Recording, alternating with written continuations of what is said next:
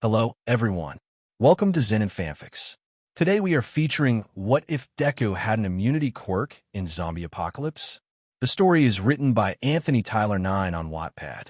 Before we start, please like and subscribe for more content. Now let's dive into the story.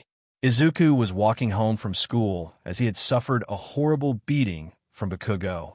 He just didn't get why that guy wanted him to give up his dream of becoming a hero. He had always supported his dreams of becoming a hero, so why couldn't he? Izuku made it home as he went to the bathroom to take a look at the damage that he had taken. Surprisingly, the world seemed quiet on his walk home today. No villain attacks, and seemingly no heroes were around at all. It was something he wanted more than anything. He wanted a quiet day, and he finally got it. He needed to clean up his wounds before his mother came home, but for some reason he had a bad feeling about what was going on. There was always heroes around the area, and they had always had a villain to fight. And the fact that there were no villains as well as heroes, that was a cause for concern. After cleaning up his wounds and counting the number of scars he had on his body, he went to make himself some dinner as his mother had taught him to make food. As he was making his food, the news station came on the television as it seemed like they were all in a hurry to pack up and leave. Attention one and all, there's a viral outbreak on the rise in the entire world. We advise you all to stay in your homes, as well as stay hidden. There have been reports of heroes going into the hospitals with bite marks, as well as dying en masse. We advise you to stay near your family, as well as hunker down with as much supplies as you can. We don't know how long this will take to blow over. God be with us. The news reporter said, before a crash was heard from behind them. As soon as that was heard, Izuku watched as the news anchor had fought for his life against some people walking towards his position and then was taken down really easily. He watched as the man was taken apart all while he was screaming in pain and suffering. Turning off the television, Izuku moved to the phone as he made to call his mom to make sure that she is all right. Ring, ring, ring, Izuku. Are you okay? Izuku Midoriya, or Izuku's mother, called scared. I'm okay. Are you okay, Mom? Izuku asked, scared for her safety. I am sorry, Izuku. I'm so sorry. I don't know why, but you need to make sure that you're not bitten by them. Izuku said, scared for her life whilst her breathing got even more erratic. And Mom, what are you talking about? Izuku asked, scared. Why you need to make sure that, grown, you don't get bitten by these undead creatures. Izuku started, but after hearing a groan outside her room, whispered to her son. Are you safe, Mom? Izuku asked, worried. I'm sorry, baby, but I can't come home. I was bitten by them. I'm so sorry for you. I'm leaving you all alone by yourself in all of this. Train yourself to survive in this new world, okay, sweetie? Izuku asked a bit louder, but this was the wrong choice for her as banging was heard on the other side of the phone for Izuku. Mom, you need to get out of there. Izuku yelled out, baby, I'm so proud of you. I am sorry for not defending you better against those who hate you. I wish you had a better life. I hope you can forgive him. Jurewar, Jaiawaya. Izuku apologized before being eaten on the phone. Mom, Mom, Mom. Izuku yelled on his phone. As soon as he was about to call her again, the phone lines went dark, and he looked at his phone with fear as there was no internet as well as connection to Wi-Fi. Mom, I'm sorry for not telling you sooner about my life at school. Izuku said, sadly while crying.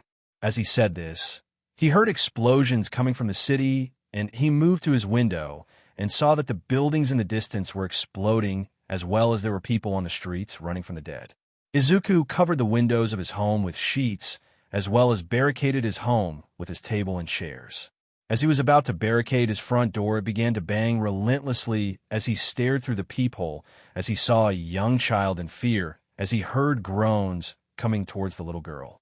Opening his door quickly, he found her covered in BLD as well as guts as he brought her inside and barricaded his front door. As soon as this happened, there was banging on the door as the groans from the undead were loud. Izuku looked at the little girl as she stared in fear of the door, and Izuku picked her up and moved her to the bathroom in order to clean her up. In the bathroom, she was sat in the bathtub as he washed her hair as well as body softly as she stared at him in fear of what might happen to her. As soon as she noticed his faraway look in his eyes, She thought that she did something to him, and was about to speak up when he looked at her with compassion as well as love compared to the ones she received from him. "What's your name, little one?" Izuku asked softly. "My name, I is Eri." The now named Eri said, "My name is Izuku Midoriya, and don't worry, I will protect you from them. I will take care of you and make sure that you're safe." Izuku said with a sad smile. The weeks that went by was horrifying as Izuku had to make a campfire inside the house in order to make food for him and little Eri. With both of them eating the food they have, it would only last a few days at least, and during this time Izuku was working out in order to make his muscles stronger in order to defend himself from the undead. He had also gone out into the building to collect food from the neighbors' homes, as he knew that they had left their homes going to work in the mornings and most likely had died. As he returned, he found Eri staring at him in fear as she thought he would die out there. He had placed large bowls on the roof of the building in order to collect rainwater to get some fresh water.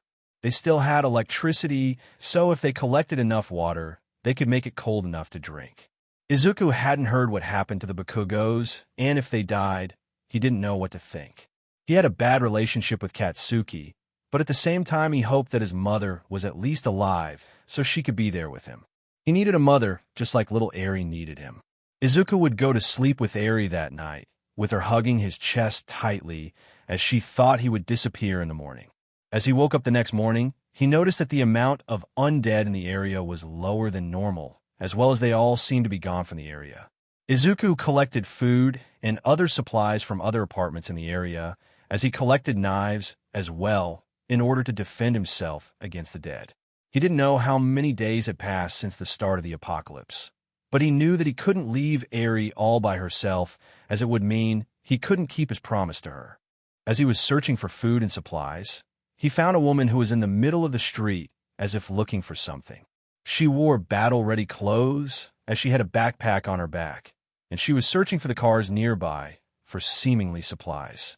Izuku had moved away from the woman thinking that she was an undead, but before he could get very far the woman turned around and was revealed to be a young girl around his age. She had dreadlocks for hair that was salmon-colored. She had crosshairs for eyes, and she was smiling at him as she ran to him. Izuku, thinking that she was an undead, ran for his life as soon as she came close to him. The girl didn't seem bothered by this, as she continued to follow him around the area. But as soon as he ran into a building, he got to the 4th floor as he got inside his home and placed a barricade on it in order to keep the undead girl out.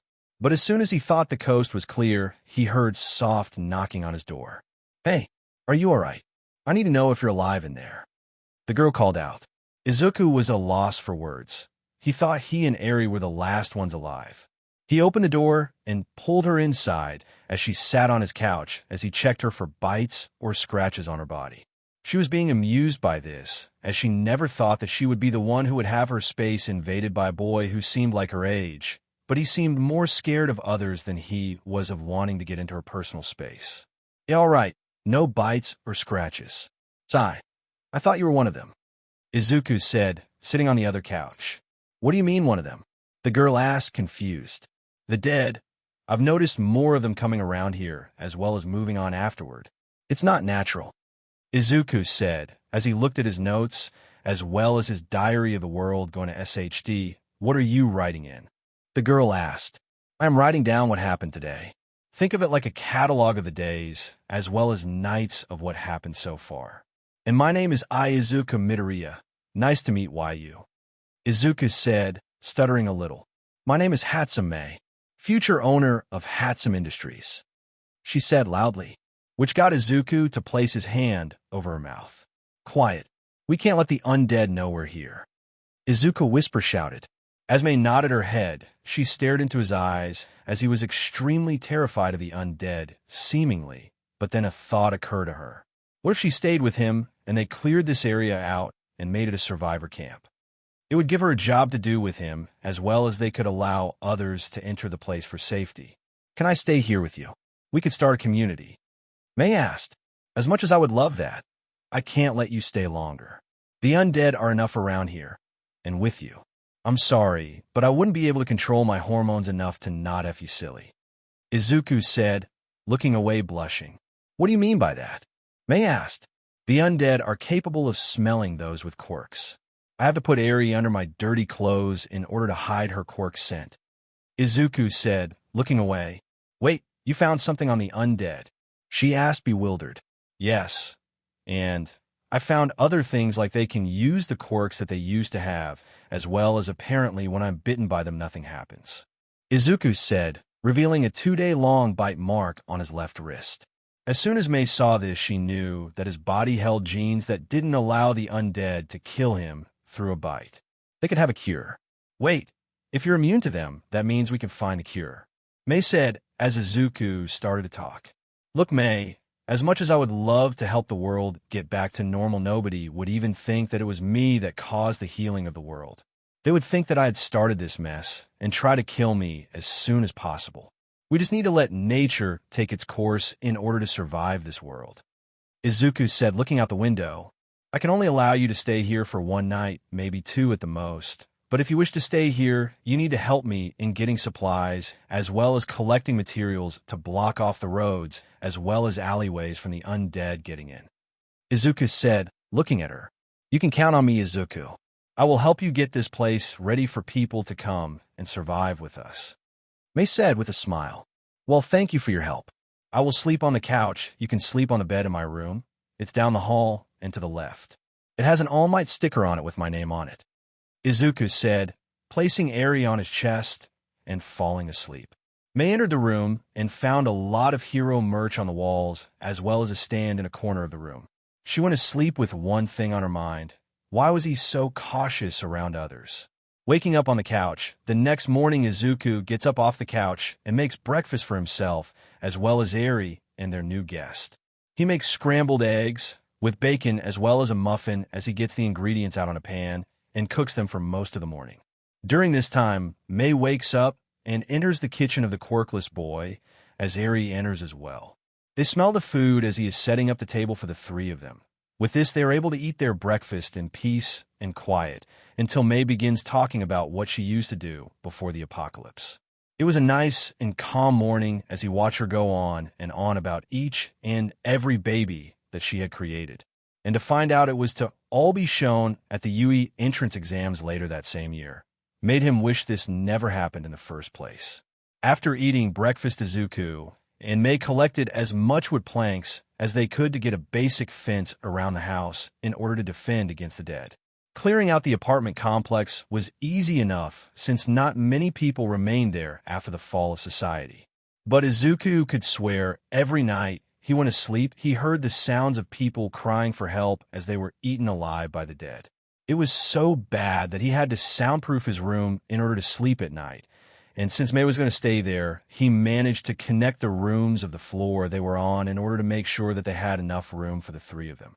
It took them a lot of time, as before it was 3 p.m. Izuku looked around the neighborhood in search of something, and it was honestly scaring Mei and Eri with how he muttered about something like a horde coming by. Mr. Izuku, what do you mean that a horde is coming? Eri asked, scared. Why, what do you mean by that? Mei asked, confused. There should have been a horde coming by today. Before you came over 2 days ago, I had managed to time the hordes that came by every week, and there should have been one today around this time.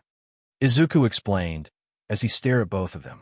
Eri became terrified as Mei just looked at him like he was crazy. Did he really watch the dead like a hawk in time when they horde around this place? Are you sure that they'd even dash? Before Mei could finish her thought process, a huge amount of rumbling came over the neighborhood. As soon as it happened, Izuku hid both Mei and Eri inside his dirty clothes as he hid inside a closet as the dead came by the house. Of course, the closet was next to his dirty clothes, but he heard how Mei and Eri were breathing heavily as they were terrified of being torn to shreds. The dead come here every week on Monday afternoon at 3 p.m. Dead on the time every time, but this time they are late by a few minutes. I guess either my timing is a bit off, or someone or something got them a little distracted for a little bit. Izuku muttered. Mei hearing this made her theory that they came to large amounts of people hoping for a free meal, but it was just that a theory. Soon after the rumbling happened, it ended as both Izuku, Mei and Eri came out of their hiding spots as he caught his breath that he never thought he was holding. Well, I think we should get that wall erected. Immediately, Mei said, now serious. Do you have everything you need to make the wall able to hold off thousands of undead? Izuku asked, worried. I guess I can use a lot more stuff in order to make sure the wall never falls, but we need people to watch over it, as well as make sure that none of them can climb the walls in the first place. Mei said, smirking at him. Follow me. I know a place where we can get some metals, as well as supplies for the wall, as well as contacting the outside world. Izuku said, getting himself ready. Where are you going? Mei asked, with Eri not far behind. I am heading to Dagoba Municipal Beach Park, the one place with enough scrap metal as well as supplies to create a wall big enough to keep our areas safe from the undead until we clean Japan dry of resources. Izuku said, walking through the door. Mei grabbed Eri as well as got herself ready for the journey to collect enough supplies in order to make the wall over the week as well as months coming. It didn't take that long in order to get to Dagoba when they found the trash-filled beach, and Izuku wasn't taking any chances when he found a few corpses on the ground nearby and stabbing them in the head. What they didn't know was that someone was watching them from afar with a serious look on their face. Izuku cleared a small portion of the beach in order to show Mei all the supplies he was talking about as he stared at the horizon of the ocean. Mei stood next to him as she stared at the appealing sight. If we make this small community a reality, we could actually get some visitors seeking shelter as well as a home. Mei said, looking into Izuku's emerald eyes. There was something mysterious about him that she just couldn't understand. He was so strong, but at the same time so meek as well as timid that she could have called him Broccoli Boy, but he just told her to call him Izuku. I know, but if this is the cost of making a small community that craves a small amount of peace, then I am willing to give up my quiet to make sure that people are secure as well as safe from the undead. Izuku said, looking at her with a small but comforting smile. I knew that you were the right one. A voice called out. As Izuku immediately got on guard, he turned around only to come face to face to an old man who had seen better days. He had blonde bangs that came over his face as his eyes were sunken in as they were as blue as the sky. Izuku recognized the eyes as well as the get-up immediately. Ayo All Might? Izuku asked, confused. Quiet down, boy. All Might whisper shouted. A few minutes later, and cleaning up some BLD later. Izuku and Mei were trying to make sure that All Might was okay as he stared at them with shock and awe at how kind they were being. I thought you were taken down in the beginning. Izuku asked, bewildered.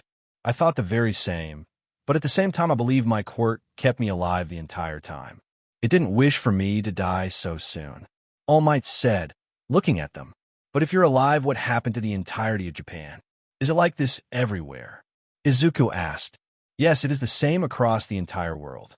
I was barely able to escape due to my friend leading the dead away from me, as I was extremely injured. But I don't know if he is alive at the moment. By the way, you can call me Tashinori Yagi. All Might said, all right, my name is Midoriya Izuku, and this is Hatsume, and the little girl is Eri-chan. Izuku introduced his allies. Nice to meet you all, but are you trying to build a wall nearby? I couldn't help but overhear what you were talking about. Tashinori asked, curious. Why, yeah, we were trying to collect enough supplies in order to begin making the wall tomorrow.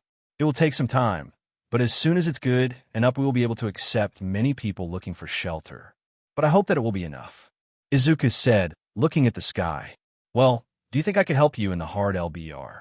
Tashinori asked. What do you get out of it? Izuku asked, cautious. I only wish to help. I couldn't stop this threat from getting out of hand, and I will be damned to see you 3 young souls get taken before your time.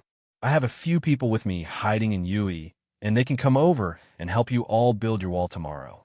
I merely ask that me and a couple of my people can come by and stay with you to keep you all safe. After all, we are heroes.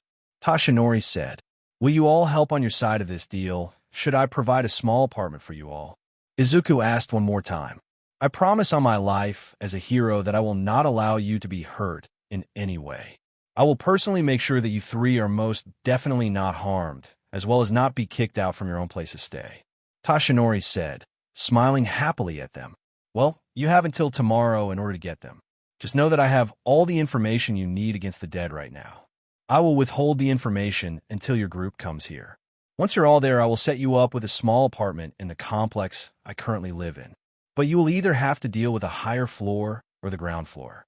Izuku said, I thank you for this opportunity, young Midoriya. I will bring them tomorrow. For now, let's collect some supplies from here to begin your building. Tashinori said, entering his All Might form. For the remaining hours of the day, the four could be seen collecting as much supplies as well as metals from the beach as possible.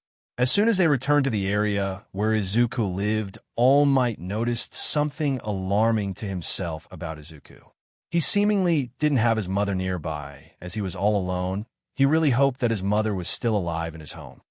All right, All Might, you can leave this stuff in the yard. I really don't want to be the cause of your death by being chewed apart, Izuku said, staring at the hero as he placed the supplies down.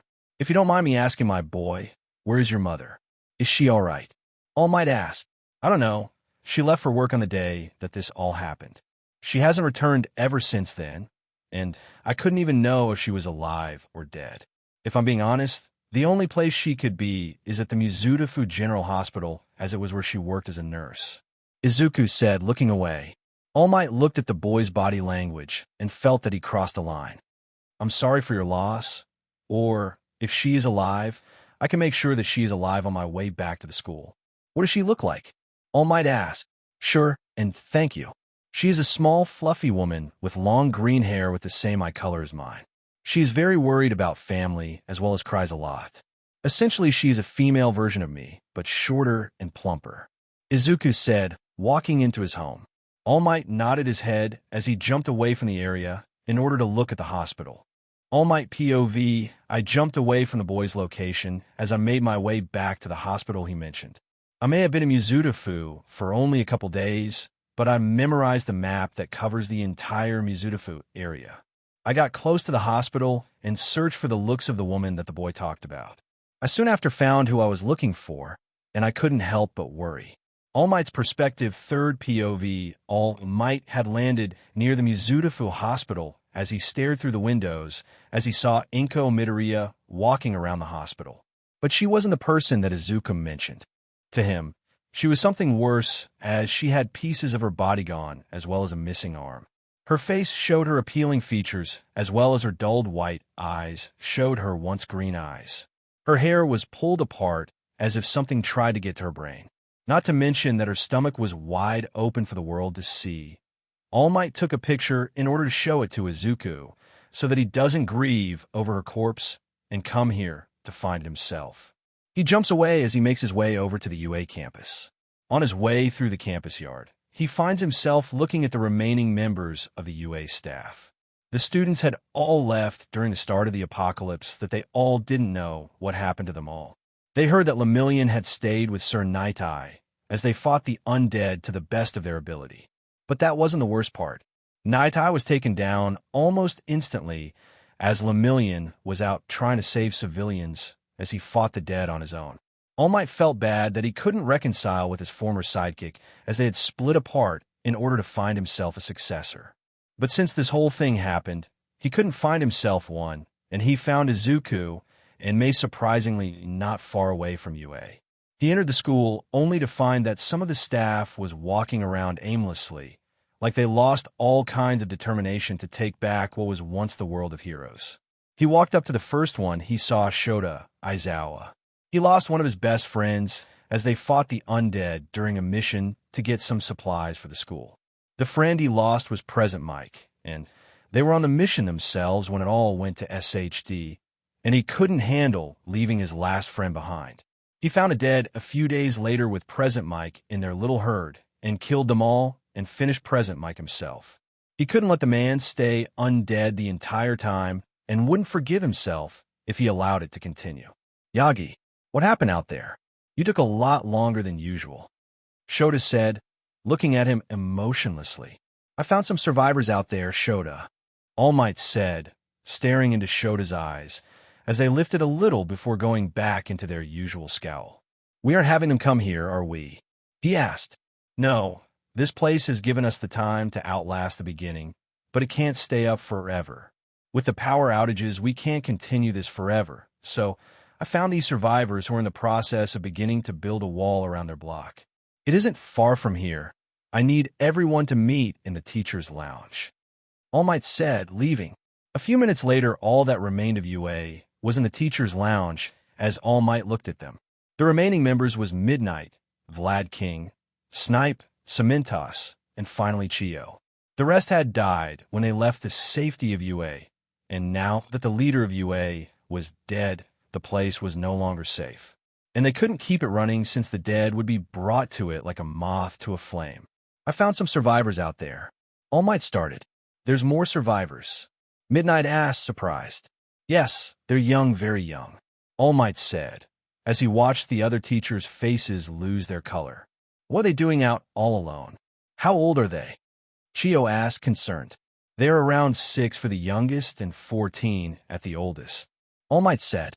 Chio lost her color at the age of 6 being brought up. "What happened to the 6-year-old?" Aizawa asked. "The boy with them found her running from the dead. Said he allowed her in at the start and have been together for weeks." All Might informed. "Are they doing well in terms of health?" Chio asked.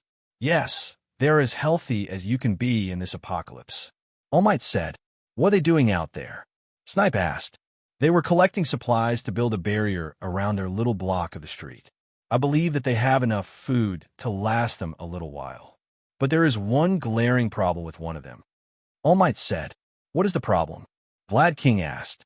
"We cannot take over the small block because of the fact that they're kids, but the worst part is the fact that as soon as I go back there, I have to tell the boy that his mother is dead." All Might said. "His mother is dead?" Chio asked, concerned more now. "Yes. He said his mother had left for work at the start of the whole thing and hadn't come back since. He gave me her looks as well as what she was wearing at the time, and I personally think you should all look." All Might said, showing them the picture.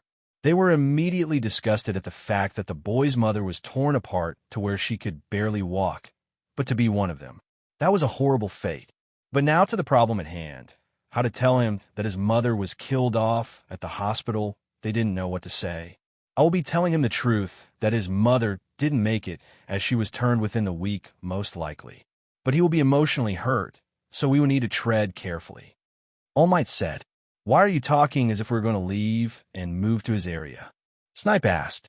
"As much as I wish to stay here, this place is becoming more and more unstable for us to stay here. We would have to go across the city in order to get supplies at this rate, and if we continue doing that," All Might said, pausing to let it sink in for them, "we will be running ourselves ragged and get ourselves killed." Vlad said, sighing. "Why would we move over to where the kid lives?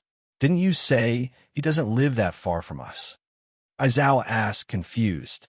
"He does live nearby, but at most with me jumping around it will take at least 15 minutes to move around to find him. But if we walk there, it would take about an hour to reach there without drawing attention." All Might said, spoofing back into his skinny form.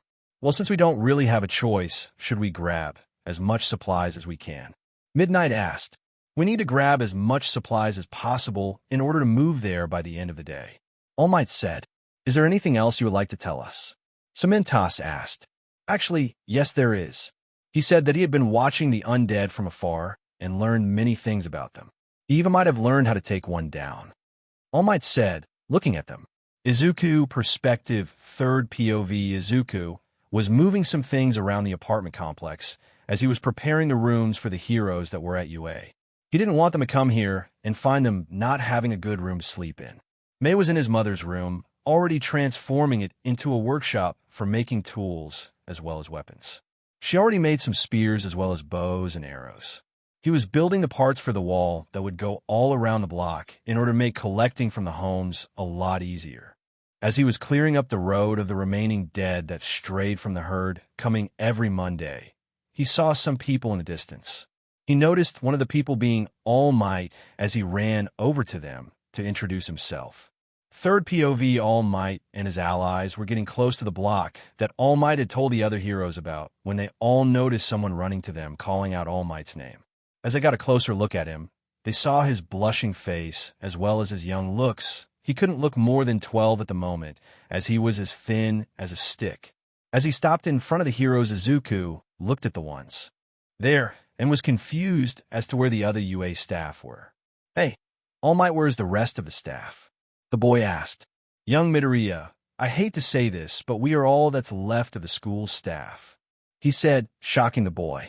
Follow me. I can show you to the apartment. I can tell how some of you are tired, Izuku said, walking ahead of them.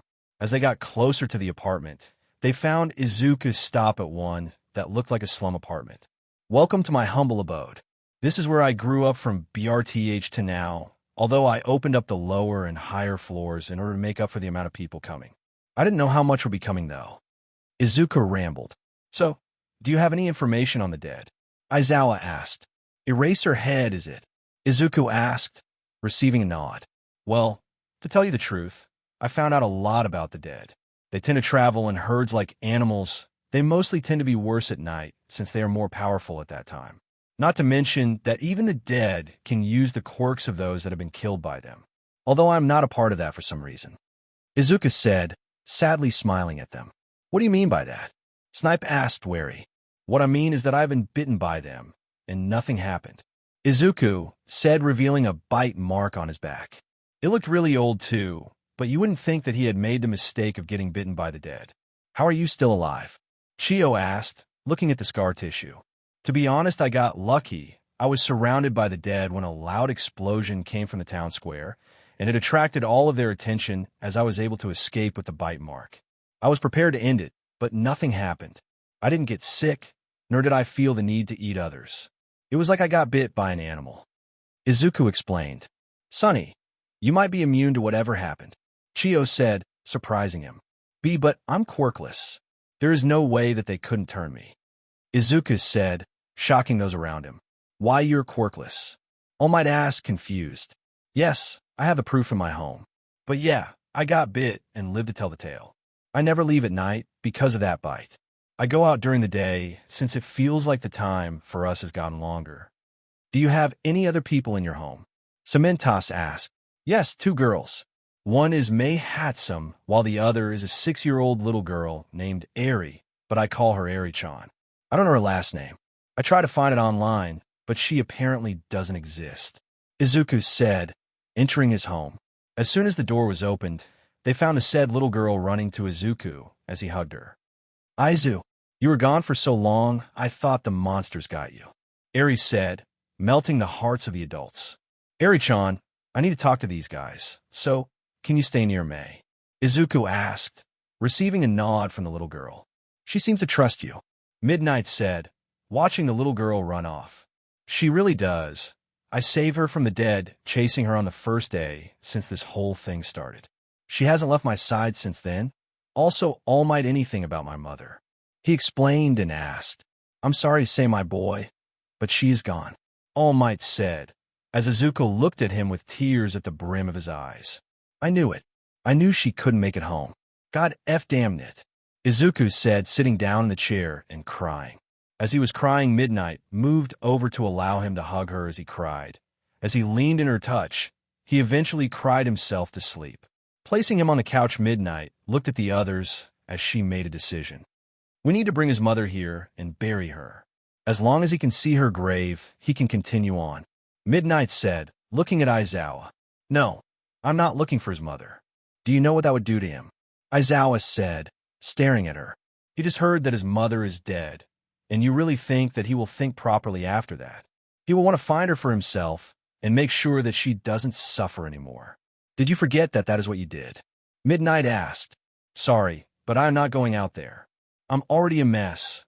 I won't be able to make these kinds of decisions anymore, Aizawa said, heading into the downstairs homes. I will go into one of the apartments downstairs and get some sleep.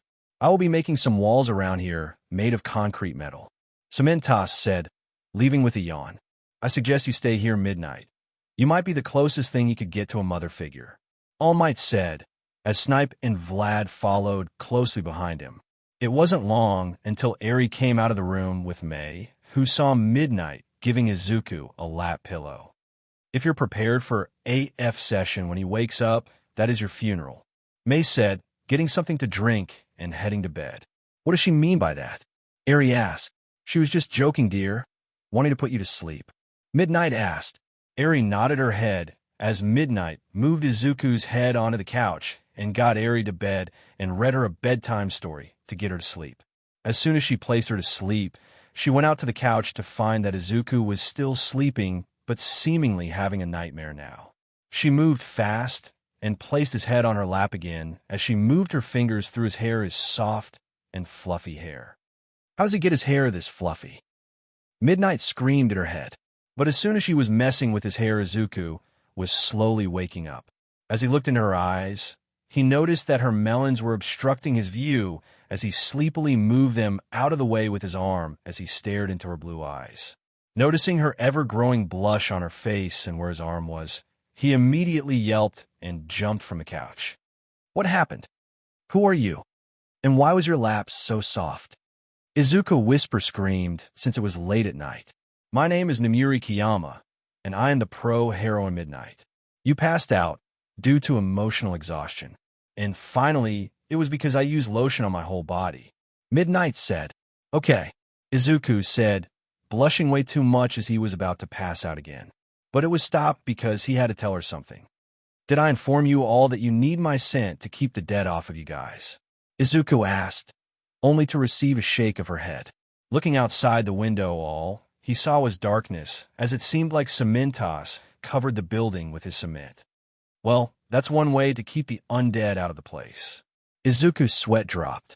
Midnight looked at him as she asked him a singular question. So, Mei told me that as soon as you would wake up that you would give me a F session. She asked, smirking at him. Needless to say, he was not sleeping at all that night. Izuku was outside, working on a wall in order to make sure that it wouldn't get broken down as easily. He didn't know how to build one, but he wouldn't be one to not try.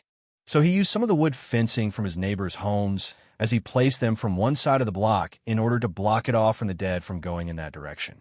As Izuku was working on the wall outside, the other adults were eating some breakfast from the food they brought to the apartment. So, what are we going to be doing today? Midnight asked, yawning. We will be assisting young Midoriya on getting the wall built up today. If I can use my quirk, I can build it easily. Cementos said, looking out the window. He saw Izuku struggling to keep the fencing up as he was placing them in the ground in order to keep them there and keep the undead out. As the others looked out the window, they saw him working on the wall as much as he could. They were in awe of his hard work. He was really trying to make sure the block was ironically blocked off from the dead. Time was soon passing by as Izuku finally managed to get one side of the street blocked off from the road where the dead would come in. Cementos had built tall walls up to 7 feet in height in order to keep the dead out. Not to mention it was made out of concrete. Izuku was happy that he was able to make the wall like that, but was concerned about if there was another person out there who could manipulate the ground to where he could enter like Cementos. But he decided to continue like he was as of that moment.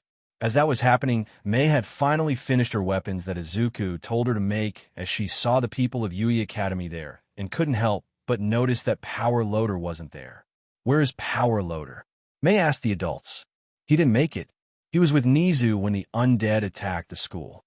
All Might said, sadly. Mei didn't even look away as she nodded her head and got herself some food to eat. Izuku entered the building and got something to drink as they looked to Izuku on what to do. How fast are some of you? Izuku asked. The fastest one of us would have to be All Might because of his versatile quirk, but other than that, it would be Shota. Midnight said, I see. Is there a way some of you could go and get some building supplies from the tool store down the road? Izuku asked, which tools are you looking for? All Might asked, I'm looking for gardening tools as well as some building tools as well. Izuku said, looking at the man. All Might nodded as he left through the front door, as Izuku went to sit down on the couch. As he was resting on the couch, he saw the other heroes looking at him, worriedly. What are you worrying about? Izuku asked as Eri waddled up to him and used grabby hands for him to pick her up. Doing so, and placing her on his lap, he looked at the heroes. What? Izuku asked, confused. We just never saw a 14-year-old kid acting as a parent for a 6-year-old before. Shota Aizawa said, staring in awe. It's not as easy as you would think, but I've been managing since before I met Mei. But if I can say anything about it, I don't regret allowing her into my home at the start of this. Izuku said, smiling at Eri. It wasn't until later that All Might had returned with the gardening tools with some seeds and some smaller glass panes for a small greenhouse. Thanks, All Might. I will get to setting this up tomorrow. I need to make sure that everything is in order beforehand, though. Izuku said, walking off. The next day came as Izuku was outside again and placing the wall on the other side of the street, as he had been using some of the metal from the broken cars nearby, as he placed them in front of the street, as he even used the cars as a makeshift wall, as well at the edges of the road where his smaller wall couldn't get to.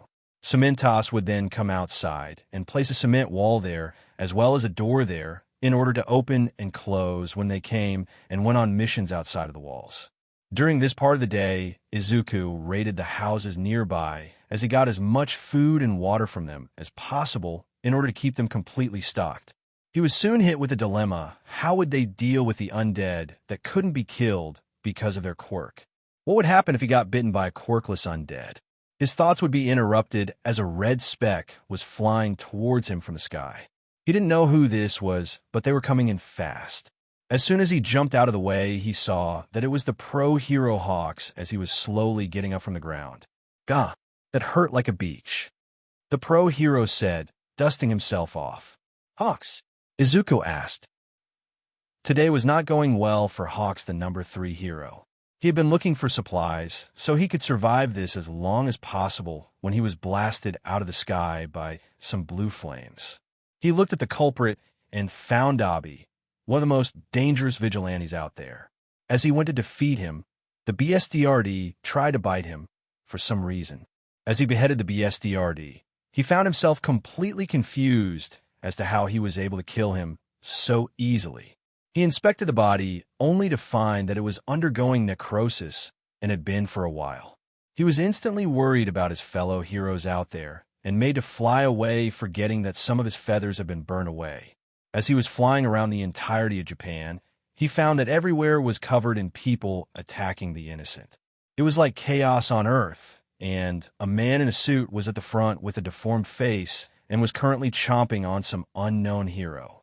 Just as Hawks was about to fly away, the deformed face of the villain leading the small army of individuals was onto him as he tried to kill him.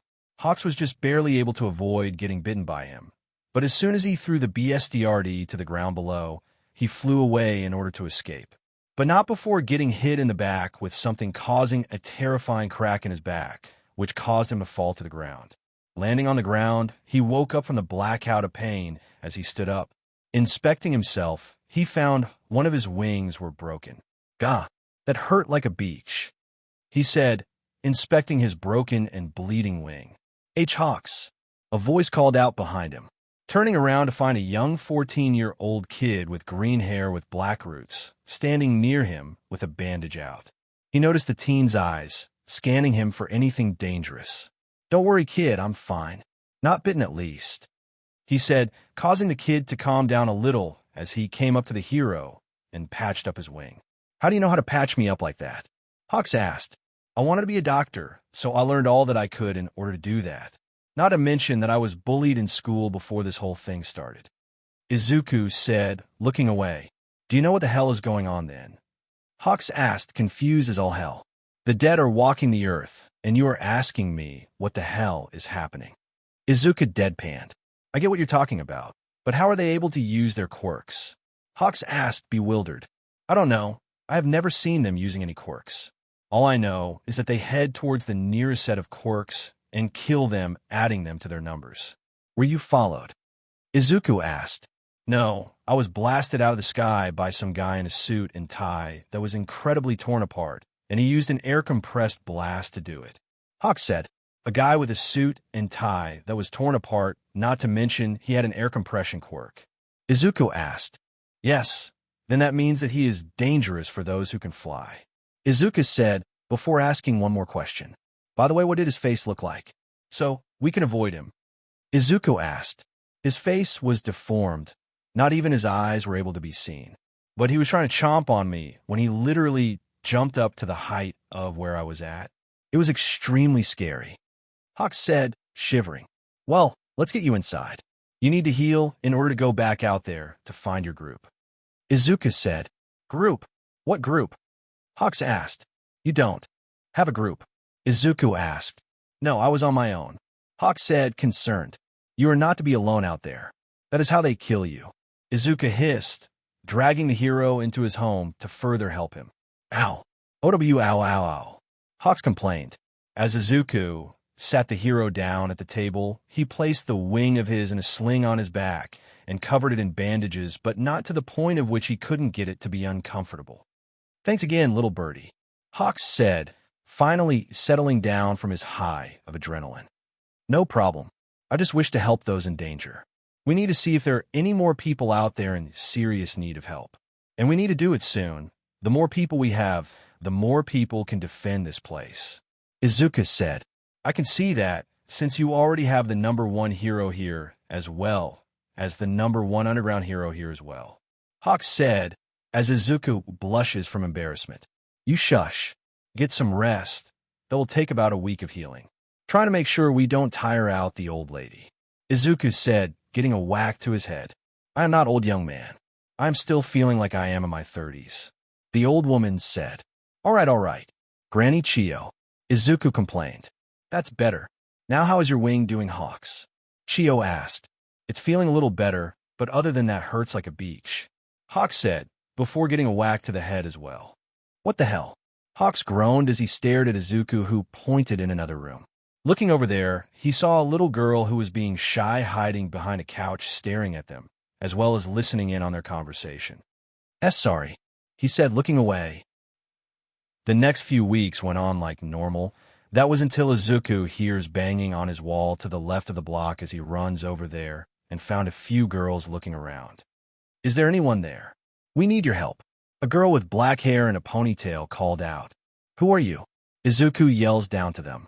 My name is Momo Yairozu, and this is Kyokujiro, Ochako Uraraka, and Mina Ashido. We need help because the undead are coming. The girl, now known as Ochako Uraraka, called out, looking down the road as he saw a huge horde coming. All right, grab my hand, Izuku said as she grabbed his hand. He pulled her up and placed her next to him as he grabbed Kyoka next as he reached out for Momo, while Ochako reached for Mina. As soon as they got the girls out of harm's way, Izuku brought them into the walls as he led them to a room in the lower portion of the apartment complex. As soon as they were in there, Izuku looked at them with a blush on his face as he looked at them. I'm sorry to tell you this even after you asked for my help, but in order to protect the people I have here, I need you all to show me if you all have any bites on you. Izuku said, looking away embarrassed. Why? Mina asked, incredibly offended at that moment. I'm sorry, but I don't know you. Not to mention that I did risk myself in allowing you girls in here without consulting the others. I'm trying to make sure you don't have bites, as that could only be bad news. Izuku explained. What are you talking about? What happens when you're bit? Momo asked, confused. You don't know. Izuku asked. Know what? Kyoka asked. Well, if you bit, you turn within the next few hours. I need to make sure that none of you are bitten. I could bring a female person to see if any of you girls are bitten. Izuku said, causing the girls to look at him like he grew a second head. Could you repeat that, please? Ochako asked, worried. If you're bitten by one of them, you turn. Izuku said, looking at her. The girls then looked at one another before looking at him again. Want me to bring in a girl so she can see if you have any bites? Izuku asked, incredibly nervous. Sure, Momo said. Izuku left the room, and not too long later a woman entered the room as she stared at them with a gaze that made them incredibly nervous. Now then, young ladies, spread 'em, the woman said, as she gazed at them filled with lust. Take 2. Sad face.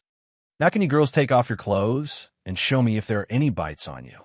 The woman asked as she gave the girls a pointed look. The girls listened to her as Mina hid her left arm behind herself as she didn't want it to be seen. The woman noticed this and pulled out her arm as she noticed the bite on her arm. It was similar to a human bite. Where did you get this? The woman asked seriously. A perverted dead one bit her as soon as she was in the bathrooms. Ochako said, looking away. What is your quirk? The woman asked, curious. It's acid. I can use it to dissolve anything as well as use it as a lotion. Mina said, try to push your acid to the boiling point and have it come out of the bite in your arm. The woman said urgently. As soon as Mina did, it caused her great pain that she screamed in agony. The girls had gotten covered back up, except Mina, as Izuku barreled and looking around for the screaming person and found her screaming because of the acid coming out of her bite wound. As soon as he noticed that, he came over to her and placed his hand on her arm as he moved the acid off her arm as it dissolved the bone away, causing it to fall off of her. As soon as that happened, Izuku told her to stop releasing acid, to which she did, as Izuku covered her now wrist, less arm with some bandages and then placed it in a sling. That should be good now. Now, if you don't mind, I will leave the room and inform the others of our guests. Midnight-san, please show the girls to their rooms, Izuku said, leaving the room. As soon as he left the room, Mina noticed that he never saw her naked body, but if he did, he didn't seem to care about it. Why didn't he look at my body? She asked dejectedly. Well, he isn't one who gets flustered by a naked woman's body, especially if he has already felt my melons, Midnight said, smirking at the girl. Wait, he felt you up and you let him? Mina and the girls asked, confused. I did. He was going through a lot during that time. He had received news that his mother was dead and one of the undead. He had been through a lot, not to mention that he has a girl with him who has never heard the words of personal space. Midnight chuckled. Is he the only guy there? Momo asked. Nope, there's All Might, Shota, Aizawa, Cementos, and finally Hawks, Midnight said, but before leading the girls off, she looked at them one more time with a little tease. But if any of you think about giving him your virginity, you will have to wait until I have my turn with him, Midnight said, chuckling as the girls had become red in the face. Izuku woke up the next morning as he walked out of his room with only his pants on as he moved to go outside. He got out there and found his garden was beginning to grow beautifully. He moved over to the garden as he watered them with his hose. He watered them as he made sure that he had enough water collected from the rain the night prior. As he moved back inside, he found the girls from the previous day standing there looking at him with blushes on their faces. Izuku questioned as he looked down at himself and saw that his upper body was showing his abs as well as the scars on his body. In a cartoonish kind of way, Izuku's face was slowly getting red as he was realizing what was happening. Before he ran off, leaving some dust behind, and got a shirt on and came back out. Sorry about that. Forgot that you girls are here, Izuku said, nervously chuckling. As this was happening, Midnight was squealing happily as her plan was slowly working as she was getting the girls hot and bothered. The only one not looking at Izuku was Kyoka as she was staring at Momo's chest. Izuku walked over to Midnight as she looked him over as he was slightly nervous with her. Midnight looked at him with a look that was of confusion as he pulled her away as she noticed he was taking her to his room. As soon as they were in his room, he laid on her lap as he was trying to sleep away the dirty thoughts he was having at the moment. And Midnight wasn't helping him at the moment, making lewd comments in his ear as his face was reddening at a fast pace. As the afternoon showed up, Izuku was taking his mind off what happened that morning with himself and the girls as he was tending to his garden by watering it. He was really glad that he had the seeds to grow carrots, pumpkins, watermelons, and more. As he was still going around the small block, he heard the sounds of coming from outside the walls as he moved closer to them in order to see what the hell was going on. He made it to the top of the wall only to find Hawks there looking a little shocked at what was on the ground on the other side. What's going on, Hawks? Izuku asked. I think you would rather see for yourself, Hawks said, giving Izuku the binoculars. As Izuku was looking through them, he found that an extremely large horde of undead were heading towards his block, and he wasn't happy. Hawks, get the others to hide inside the houses as well as apartments and barricade everything, Izuku said, running to sound the alarm. Hawks ran down the stairs of the walls and headed back to the apartment where everyone was staying. While that was happening, Izuku ran over to his portion of the wall and found something that wasn't supposed to be there. Bang! Hawks busted through the door, startling the occupants inside as they screamed as they threw a knife in his direction with him catching it. The dead are coming, stop what you're doing and barricade the building, Hawks called out, causing everyone to begin their jobs. Wait, where's Izuku? Ochako asked. He is sounding the alarm. He will be fine. The dead don't register him as food, Hawks said, moving away. What do you mean he isn't registered as food to them? Mina asked, confused. That means that if he gets bitten by them, he doesn't turn, and they would only bite him and not tear him to shreds. Hawks said, getting the barricade materials. This was happening very fast. The undead couldn't have followed him there, right? This was too much stress being placed on their place of safety for their minds to take. As the main lobby was barricaded to hell and back, they found Izuku walking back with a torn shirt as well as a few injuries, but he was overall fine. He ran through his secret entrance that he covered up as soon as he opened it and got inside. As he crawled through the little tunnel, he was just about to exit the tunnel when he heard the sounds of the walls breaking down outside the apartment. Doubling his efforts in trying to get out of the tunnel, he finally made it into the garage of the apartment, and he climbed the stairs to get to higher ground. He found that the lobby was mainly barricaded as it was the thing that they all decided to do, and he made it to his apartment in order to make sure that everyone was safe and sound. As he entered the apartment, he found that they were all hiding in corners with his dirty clothes near them, as some of the girls were disgusted with doing this. "Why didn't you wash your clothes? They stink worse than the dead." Momo Whisper shouted in anger. "Do you want to die?" Izuku asked seriously. "No, but you seriously need to clean these," she said, angered. "If I were to wash them, you all would effectively be dead, because the undead can't smell you when you smell like a quirkless reject." Izuku shouted. "Why, you're quirkless?" Momo asked, confused. "Yes, I have been ever since the age of 4. Now, if you're done complaining about the smell of my clothes, stay the F quiet, or else I would toss you out to the DMN undead." Izuku shouted at her, causing the other girls to unconsciously move closer to the girl as she was close to crying. Izuku was staring into her eyes as he was filled with an anger that he hadn't felt since he found out Katsuki was only beating him until he was near death when he found out he was quirkless because he didn't want him to die. "Why, you wouldn't send her out there to die," Mina said, confident that Izuku wouldn't kill her like that. "Try me. Everything was going fine before you all arrived here. I can make a split-second decision to toss all of you out of my home right now, and I couldn't care less until later. But the fact that your deaths would be on me is what is causing you all to be safe here for the time being." Izuku snarled, walking away down the hall. Eraserhead and the other teachers of Yui heard the yelling as he came out and found Izuku with an uncharacteristic scowl on his face as he stomped to his room. He walked out to the living room to find Momo, Ochako, Mina, and Kyoka all sitting there crying. They didn't even mean to PSS him off. They just were not a fan of the smell of his dirty clothes and merely asked if he could wash them. "You are aware that the undead don't eat quirkless people, right?" Eraserhead asked them. "We had no idea that they didn't do that. We thought they ate everyone and everything exclusively." Mina said, "He really needs to clean his clothes. I don't think that they find him repulsive."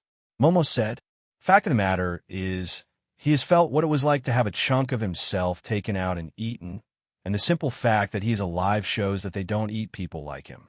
So deal with it." Eraserhead said, "I don't think that this place is safe. What happens if we were just going to be used as SEC toys, or even worse bait for the undead?" Mina asked, "I feel like we should stay leery of Midoriya. I just don't feel safe around him."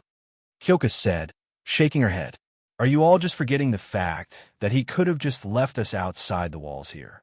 He saved our lives, and you're all just thinking that he's going to do something bad to us all." Ochako Whisper shouted, "What do you think then? How do you know that he won't ask us to split our cheeks and F us 3 ways to Sunday then?" Kyoka asked, irritated with Ochako's neutral attitude. "Well, I know for one thing, he could have left us out there to die. Not to mention the fact that if you paid any attention to what he was yelling about, he would feel guilty about sending us out there, and we died." Ochako said, making the girls give her a deadpan look. "You really think that he wasn't being serious about what he was talking about? People change in this kind of world. I personally think that he was rude in the world before and now is trying to score points." Mina said, "Are you all not getting it? He could have left us out there. We could be dead, undead, or torn to shreds, and who knows what else. But I would rather be his beach than anything else because I only wish to live." Ochako said, cursing to her friends, "You would rather be his SEC toy than take your chances out there?" Kyoka asked, bewildered. "Unlike all of you, but if you paid attention, he just stated that he was quirkless. How do you all think the quirkless generation of people are treated? Ochako asked angrily. They are probably treated better than those with mutation quirks or quirks like mine. Kyoka and Mina said at the same time. Wrong. They are treated worse than if they were us. They are abused, tortured, as well as suicide-baited every single day of their lives. You want to know what I think about Izuku? He is a strong young man who has suffered the ill effects of this rotten society because of something he couldn't control. If I have to be his slot in order to stay alive in the slightest, then I will do my best to be his personal cum dumpster in order to fulfill that wish.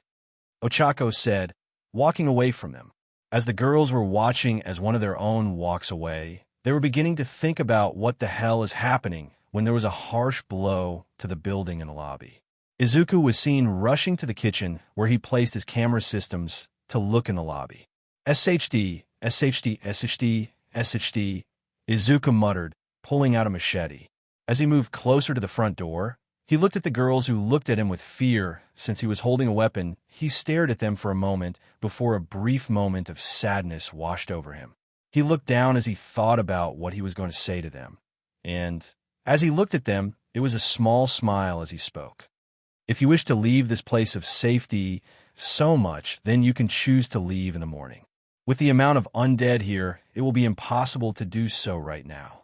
If you'd like to stay, that is on you. But I would never have someone be a slot in order to keep themselves alive. That is their decision to do. I give the people here a choice. Live or die. Stay or leave. But the only rule you have is to listen to what I say, or there will be consequences.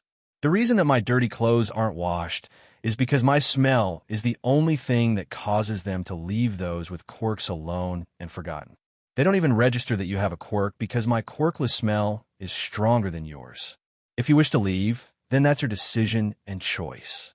But I will feel guilt that I couldn't help you if you go out and die a few days later. Izuku said, walking out the front door. Izuku was running down the stairs as he found himself looking at a small horde that managed to break through the lobby's barricade. He pulled out his machete and started to slice and dice them until he found the one person that he wished wasn't a part of the horde, his own mother. She was limping around with parts of her left leg gone all the way to the bone.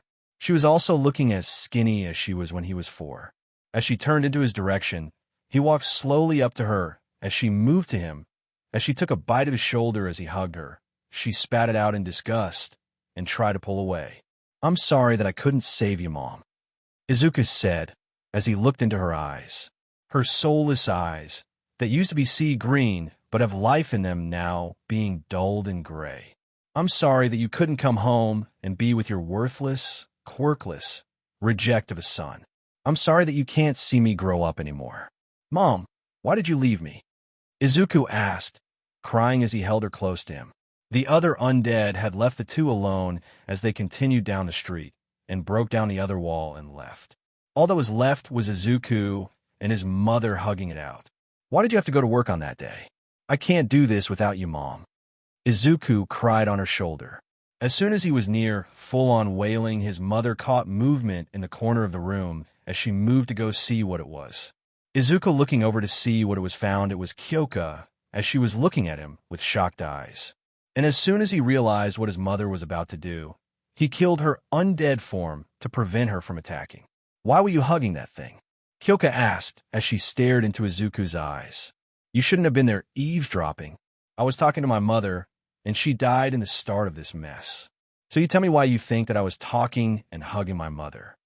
Izuku looked at her with a pained expression. Are you a secret necrophiliac? She asked, completely angered. That was my mother. You really think that I would F anything that moves? Izuku yells, as he moved away from the girl as he replaced the barricade. Well, do you? Kyoka asked, yelling as well. And as calm as could be, he looked in her direction as he walked closer to her.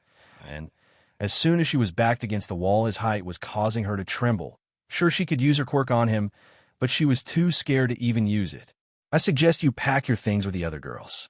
If you keep on thinking that I am just some guy who you think would F you girls in your sleep, I will have you know that there are even worse people out there. Izuku threatened as he walked back to his apartment. I'm so going to kill him if he threatens the other girls. Kyoka said, walking back. As Izuku entered the apartment, he walked past the girls that were on the couch as they were fearful of his wrath. Not only that, but Ochako was the only one to see that he was bitten on the shoulder with a chunk missing. Midoriya, are you okay? Ochako said with worry. Don't worry about it. I can cover it up. At least I don't have to worry about turning into one of those things. Izuku said, tear stains on his cheeks. As he walked to the end of the hallway into the bathroom, Kyoka entered the apartment as she was completely scared shitless as well as she was trembling. What happened, Kyoka? Mina yelled, running over to the trembling girl. He told me that if I continue like I was then, he suggested that I should pack my things with you girls. Kyoka said, anything else? Momo asked. He told me that if I keep on thinking that he is just some guy who I think would F us girls in our sleep, he will have me know that there are even worse people out there. Kyoka said, trembling. Did something else happen? Momo asked, concerned. He was hugging one of those monsters. It bit into his shoulder and for some reason spat out his flesh. But the worst part was that he was calling that thing his mother. He was saying that it was his mother and not some monster that would have killed me if he hadn't killed it himself. I'm sure that if he was still in his moment with it, he would have allowed it to kill me. Kyoka said, packing her things. I can't stay here if he is that mentally unstable. Mina said, packing her things with Momo. As the girls were thinking about leaving, they looked at Ochako as they saw her just standing there not packing. Aren't you coming with us? Kyoka asked, confused. You really are just as bad as the others in this newer world. Ochako said, walking away. Izuku came out of the bathroom to find Ochako standing there as she was looking at him. Did you threaten Kyoka? Ochako asked. I only stated to her the truth. And in terms of kicking them out, I did threaten her with that. Izuku said, sighing. Why? She asked. She walked in on a moment between me and one of the undead. It was my mother. Izuku said, showing a picture of a younger Inko Midoriya. Ochako looked at the mother of Izuku, and she looked at him and saw his eyes tearing up again. What happened to her? She asked. She went to work the day all of this started. She works at the general hospital nearby. I saw her many times when I was scavenging for food and supplies over the starting weeks. She always waved at me, but now that she's dead, I don't know what to do. Hick, she was the only thing that kept me together. The only thing preventing me from seppuku. Izuku explained. What about Eri? Ochako asked. She came over on the 6 days when this all started. I was on my last legs that day, already thinking of suicide. My mom was the only one who never left my side when I was pronounced quirkless, and she stayed by my side through all the things that happened in my life. And now that she's gone, I don't know. Izuku said, sobbing now. He was truly broken now that he saw his mother in the flesh. Not to mention he had to kill her undead counterpart. He knows that it wasn't her entirely, but it still hurt to have to put down his own mother, since she was the light of his life, the only person who would stay by him and make him happy. Now with her gone, he can't continue any longer. He just wants it to end. People he saves, they hate him and think that he is some RPSD and want him to leave them alone. People he gives a second chance to make things right and recover a relationship with him. They die before they could be redeemed, and he can't lose another person. If he does, then he can't live with himself. He sobbed on the floor as Ochako didn't know what to do. So she sat down next to him and placed his head on her lap as she rubbed his head. And listen to the music here. Hush, little baby, don't you cry, Mama's gonna make you a birthday pie. Even though Daddy's not here right now, Mama's gonna be here for the night. Even if Mama's not here with you, she will be with you forever in your heart. Please make sure that you are brave. 'Cause Mama hopes you will save. Save them from themselves. You should be the little hero that I know you will be. Now, hush, little baby, don't you cry. Mama's gonna love you for all her life. As Ochako finished the song, she found that Izuku was passed out from the song, as well as the stress.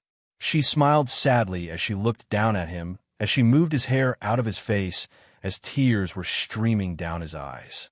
She then carried him to his room where she placed him there so he could rest for the night. It was already dusk out, and just as she was about to leave, Izuku's hand softly grabbed hers and pulled her in his bed. Leaving the poor girl blushing madly, she looked at his face as it showed a sad as well as fearful expression in his sleep. As she was slowly falling asleep, She found the other girls looking at her with an angered expression as they left the doorway and left the place of safety. The next morning, Izuku woke up with his eyes feeling like they had just entered a desert, and he got up from his bed. He looked around his room to find Eri sleeping in her little bed with Mei, as he turned around to find Ochako sleeping in his bed. Wah! Izuku couldn't finish his shocked screech. It was enough to wake up Ochako, though.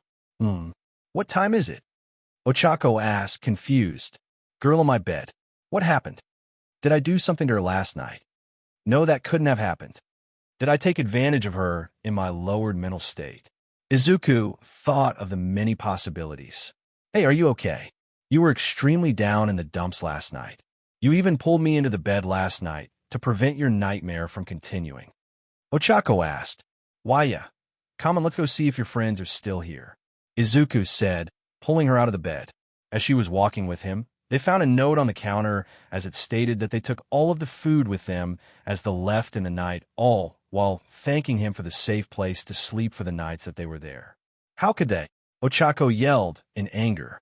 Don't worry, if they left during the night, that means that they couldn't have gotten very far. Izuku said, What do you mean? Ochako asked. They are more powerful in the night. Not to mention the fact that their senses are a lot stronger as well during the night. Izuku said, getting some better clothes on for scavenging. Oh, are they okay, though? Ochako asked. Not really. From what happened yesterday, it is very likely that they are dead. Izuku said, finishing his correct scavenging clothes requirements. He looked at Ochako as if she was going to stay here. Are you coming with me or not? Izuku asked. I would rather stay safe with the girl who can make weapons, as well as the teacher that can fight with different martial arts, sorry. Ochako said glumly. Don't worry, I don't take offense to that. I would be better at getting supplies, alone anyway. See you when I return. Izuku said, leaving the building. See you, Ochako said, before someone came up behind her. As Izuku walked around the neighborhood, he found out that the girls were indeed very much dead as they had been found torn to shreds on the ground, not even far from the broken-down gate. Seriously, I give them the chance to survive the night, as well as wait for the undead to leave, and they just leave at the worst possible time. Izuku muttered, collecting all the bags of clothes and food. As he was walking back to his gate, he found a dog slowly walking behind himself. What is your name, little guy? Izuku asked, getting the dog's attention. Barf. The dog barked. I see, you don't have a name. Izuku said, as the dog nodded its head. Well, I guess I can name you Shiro. Izuku said, as the dog barked and followed him. I hope everything is going fine at the base. Izuku thought to himself. Izuku re-enters the building with Shiro the dog he found out on the street as they enter the main lobby of the apartment building. He was walking through it as he came upon his dead mother's corpse, and he looked at Shiro as the dog was seemingly looking at the dead corpse as well. Don't worry, Shiro, she's long gone. She won't wake up ever again. Izuku said with a broken tone. He found himself entering the apartment to find Ochako and Eri eating breakfast while Mei was building weapons at the table. Morning, girls, Izuku said, walking in with the food and supplies. Hey, are you okay? Did you find the girls? Ochako asked, concerned. Yeah, they didn't make it very far from the broken gate. They were torn to shreds, couldn't become one of those things at least. Izuku said, as he watched the girl's eyes begin to water. I'm sorry that it came to that. I was only trying to look out for them. Izuku said, looking away, waiting for the slap. But it never came as he felt arms wrap around him. He looked into Ochako's eyes as she looked him in the eyes as she asked him a question. Why do you act like whatever you do is something that you need to be punished for? She asked, concerned for him. Because I was born quirkless, the world made it its mission to make sure that whatever I did was something that I needed to be punished for. From the age of 4, I was abused by my peers, mentally challenged by the ones who had quirks, not to mention accused of many things that I had never even done. So I guess it was still ingrained in me to think that no matter how I try to change things, I still wait for myself to be punished. Izuku said, looking at Ochako. Oh God, just kiss already and have section. Mei called out, watching them. After hearing this, both blushed really hard as they screamed out her name, as they were embarrassed since they were having a moment. Jesus, problem child. I never thought that you'd have this much difficulty asking for a girl to have sex with you, Aizawa said, grumbling. He had gotten his coffee and was drinking it when he overheard their talk as he moved to head to the lobby. Don't worry about your mother's corpse. Me and All Might will bury her in the backyard so that she can rest easy, Aizawa said. Thank you, Aizawa-san. Please inform Cementos about the breach in the walls, Izuku said, walking off with Ochako. Will do, problem child, Aizawa said, walking off. Outside the building, All Might and Aizawa were digging a grave as they saw the dead body of Izuku Midoriya. I can't believe that young Midoriya has lasted this long without his mother. But there is something that I don't get, All Might said, gaining the attention of Aizawa. What is it? He asked, pushing his shovel into the dirt as he pulled out some of it. Where is young Midoriya's father if his mother is here in Japan, as well as being dead? All Might asked. From what Izuku had told me, his father abandoned them as soon as he was found out to be born quirkless. But he still was kind enough to send them money for child support. It just sucks that the money he got doesn't account for anything anymore, Aizawa said, as they finished clearing up the area for the grave. I know, it just confuses me that people would just give up their child all because of something they couldn't control. It makes me sick to the stomach that I don't have any more at the fact that people abandon their children because of something as useless as a diagnosis of being quirkless, All Might said. I know, but the statistics all around the world state that Japan's quirkless population has been getting bullied to the point of suicide, and Izuku is lucky to have even made it this far in his life, Aizawa said cryptically. What do you mean? All Might asked, placing Inko in the grave. Well, the quirkless population never make it to high school age anymore because of the suicide baiting as well as the abuse they get from their peers, Aizawa said, covering the body of Inko. They continue to cover the corpse until they hear a noise coming from the brush of a bush nearby. All Might get into a fighting position as he notices something moving in the brush. Aizawa called the alarm. There might be one of the dead still here, All Might called out. Aizawa ran off to sound the alarm when the thing hiding in the bushes comes out and reveals itself to All Might. I thought you were dead, All Might said, confused as hell. Aizawa ran through the building as he was searching for Izuku. He couldn't understand how it was this hard to find a 14-year-old kid. He continued to run all around the building when he overheard a conversation. I know that I am not worthless, but I can't help but feel like it all the time, since there seems to be nothing that I can do in order to change the past. The voice said, as a feminine was also heard. Izuku, you need to learn that no matter what you do, there is nothing worse than thinking about the worst-case scenario, as well as thinking those kinds of thoughts as it wasn't your fault. The feminine voice called out.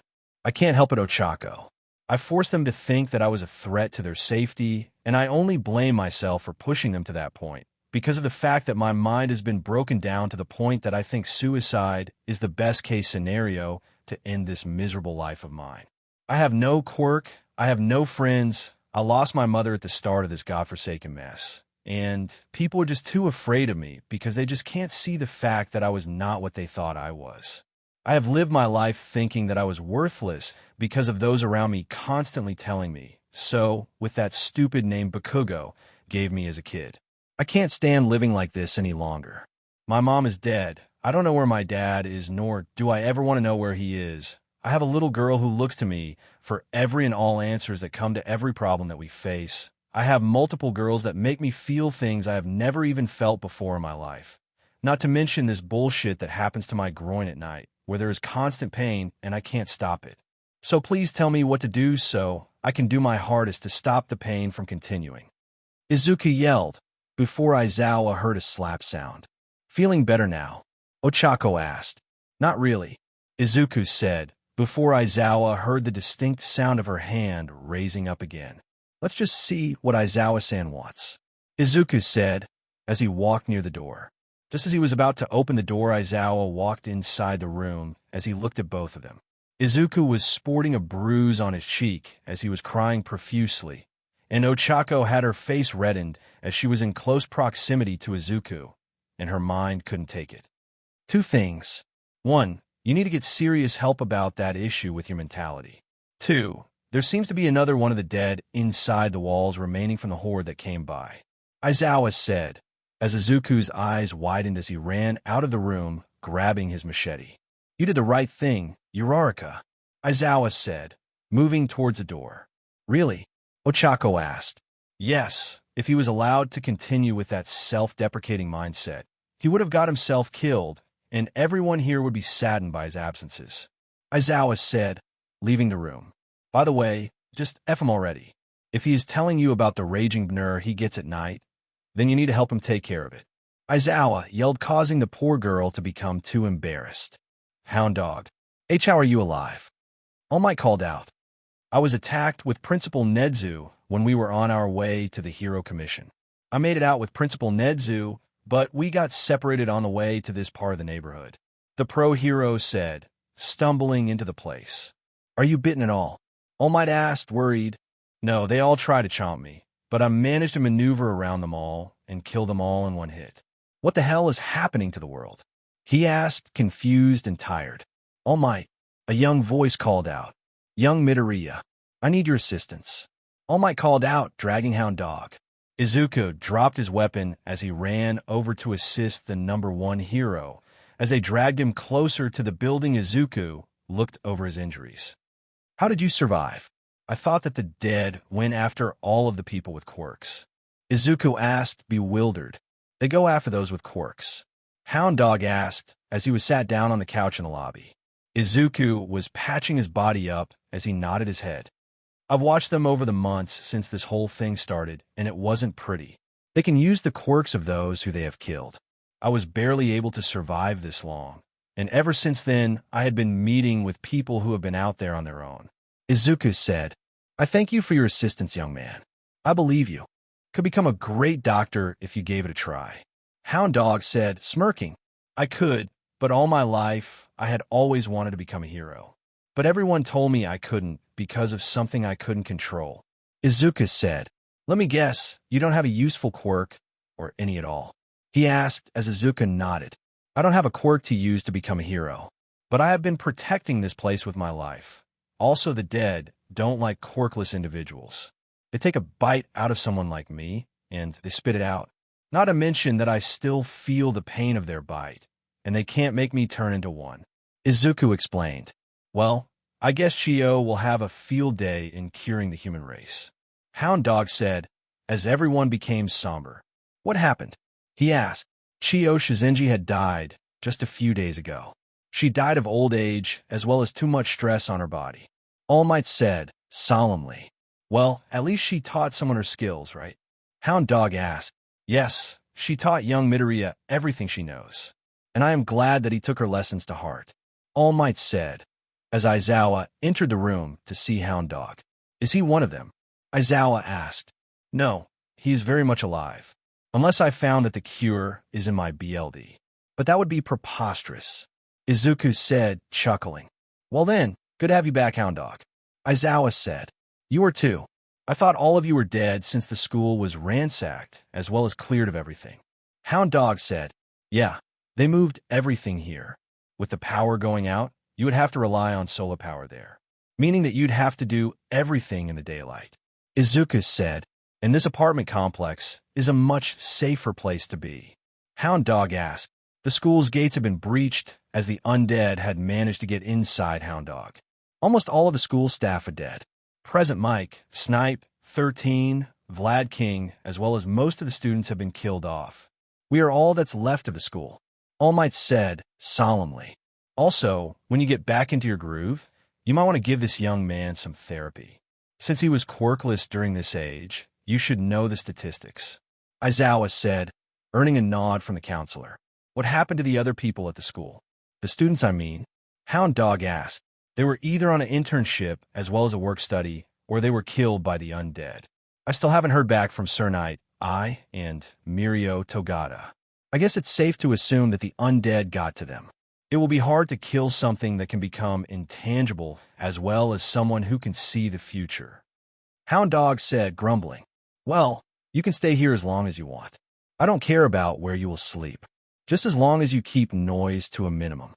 Izuku said, getting up and walking away. I guess I will remain here until Principal Nezu arrives. Hound Dog said, as the ground was dug up. I am here. A voice called out, as a white animal had appeared from the ground. Eahewaweaha. All Might screamed. Izawa used his scarf to bind up the animal as they all realized that it was Nezu. Jesus Christ. I almost had a heart attack. All Might called out. Don't worry. I'm sure young Midoriya can deal with that. By the way, where's the boy? Nezu asked. Izuku was seen walking to the roof of the building where he saw Hawks looking over the horizon. You know, this breeze is appealing. It just sucks that Endeavor went out fighting the Horde. Hawks said, smoking a cigarette. Really? Izuku asked. He went out in a blaze of glory. He blew up, quite literally, the All Might statue as he was cornered there. He completely destroyed his body, as well as killed all the dead that was starting to consume him. Hawk said, sadly, I never really liked him as a hero, but as a man who cleared so many cases against villains, I respect him in that way. I just don't condone his actions of kill first, ask questions later. Izuku said, earning a nod as well as a puff of smoke to the face. Well, thank you for the bandages. I believe that I should look for Rumi. She would no doubt be looking for a challenge from these things. She would get herself killed that way because she would tire herself out. I will send her here in order to keep her safe. Hawk said, why are you not coming back? Izuku asked, because I need my little revenge on the BSDRD leading the group that destroyed the walls of yours. As soon as I take him out, I will return. But if I don't, make sure that I am not capable of finding this base of yours. Hawk said, walking back into the building. In the middle of the city, we find a rabbit-eared woman with tan skin as well as a cottontail fighting a villain named Muscular. But something was off about him. He was trying to bite her, as she kept kicking him away. This is the best fight I have ever gotten. But you're already dead. She called out. We then see her look as she had undead BLD all over her, as there was a large amount of ripped-off body parts on the ground, as she stared into the distance, as she heard movement near the wall in Mizudafu. All right, another round. She called out, jumping away. Third POV Mirko's position. Mirko was jumping from wall to wall as she was attacking the undead left and right. She had even fought a small midget of an old man with a white suit that had bits of yellow and a yellow cape on it.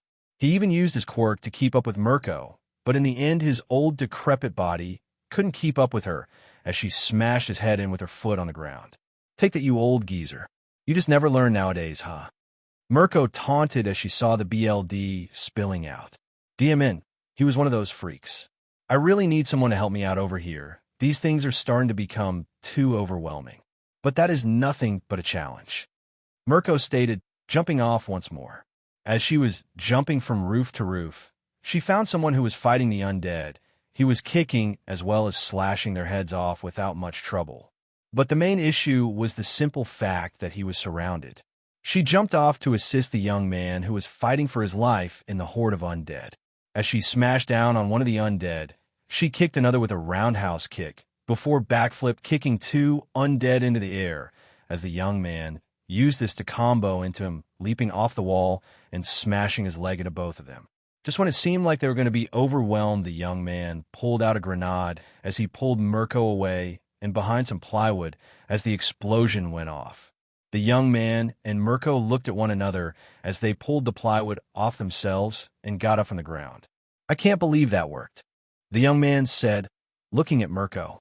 You have some skill in fighting there, young man. What's your name? Mirko asked. My name is Izuku Midoriya. The now named Izuku said, looking at the heroine. Why, you should get out of here, Mirko. The undead go after those with quirks. Izuku said, moving to collect his things. You're telling me to run away from a potential fight? Mirko yelled. Shoo, we can't allow ourselves to be hurt by them. Not to mention that you need to get some rest. Even I know that you can only hold out so long with your quirk being rabbit-related. Rabbits aren't known for their endurance. They're known for the power behind their legs. Izuku said, moving around the alleyway. Well, what are you doing out here then? Shouldn't they be coming after you as well? Mirko asked, angered. Nope, they only came to me because I was the only thing in the vicinity. Thanks for the save, by the way. But if you need to get some rest, which likely will be soon, here is a small area where a wall is built I and some others will be there to provide a bed, as well as some food and fresh water for you. Izuku said, giving her a map. All right, why are you giving me a map? Mirko asked. Because you're not well known in this area. Not to mention you're more attuned to the cities. This is a suburban area where I live. I was able to clear out the area, as well as collect some food and supplies in that specific area, and close it off from the undead.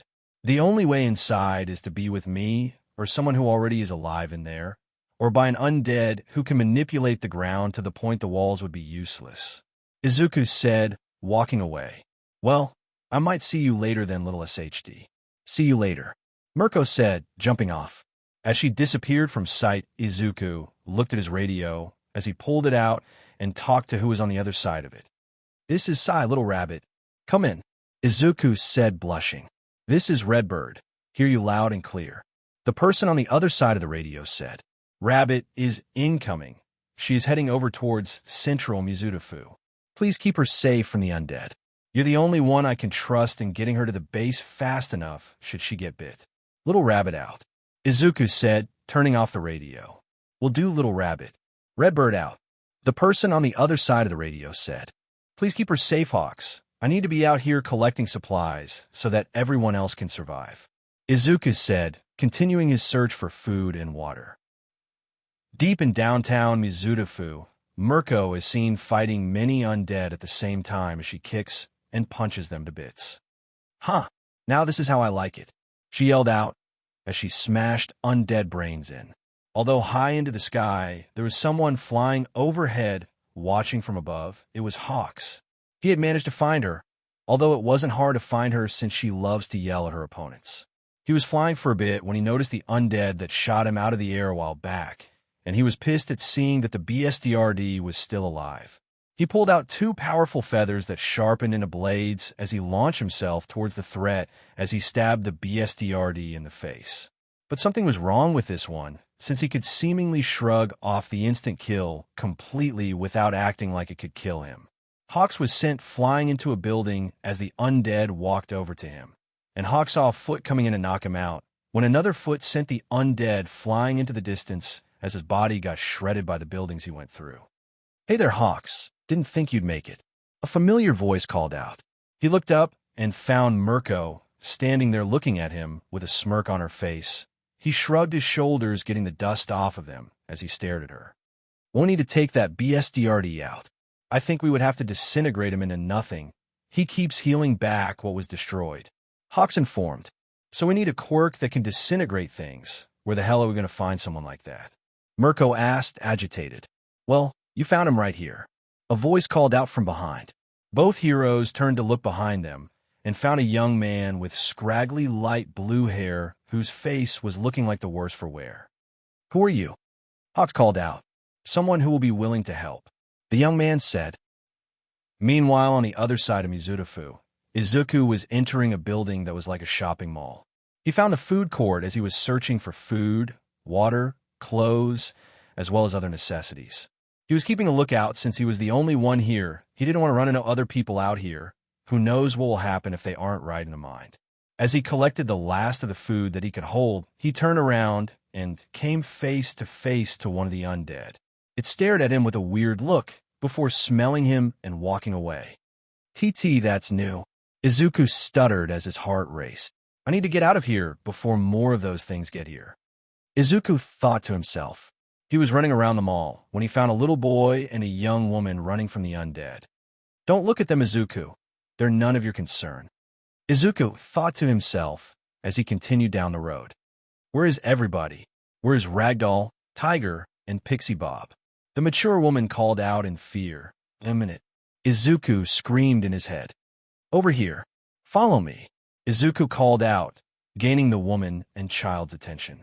They ran over to him as he led them back to his base of operations. Do you know where my friends are? The mature woman asked. What are their names? Izuku asked, concerned. They are Tiger, Pixie Bob, and Ragdoll. The woman said, in concern. I haven't seen them, but you will be safe at the base of operations that I made. It's not much, but it will be a place for the little boy to be safe.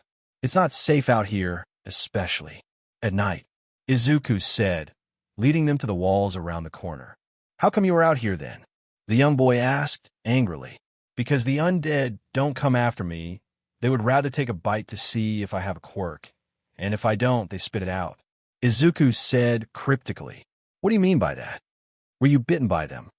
The young boy asked, full of fear. Yes, and just to let you know, it wasn't recent. It was a long time ago, Izuku said, walking towards the walls. Wait, if they don't go after you, why do they go after us? The woman asked. They go after those of you with quirks. They don't go after someone who doesn't even have a reason to be afraid of them. Izuku said, opening the gate's door. Welcome to the small town of Muzutafu. What remains of it, I guess? Izuku said, opening the door for them. You built all of this? The woman asked. Yes, but actually no. I came up with the idea of a wall, but someone who had a quirk who dealt with concrete made the walls. I also told him to make sure that they're made with metallic concrete, thereby making sure those who are strong enough to break the wall are specifically strong enough to break it like All Might or have a quirk that can manipulate the earth. Izuku said, leading them around. How many people do you have here? The young boy asked, finally after gaining the courage to talk. Only about 20 people, most consisting of teachers from Yui, All Might, Hawks, and soon-to-be Mirko. But there are also people my age, as well as one little girl your age. Izuku informed. Are there any more boys your age here? The woman asked. No, I'm the only boy my age inside these walls. Also, you are Mandalay from the Wild Pussycats, right? Izuku asked, curious. Yes, I am. I didn't think that you'd recognize me without me hero suit. Mandalay said, curiously.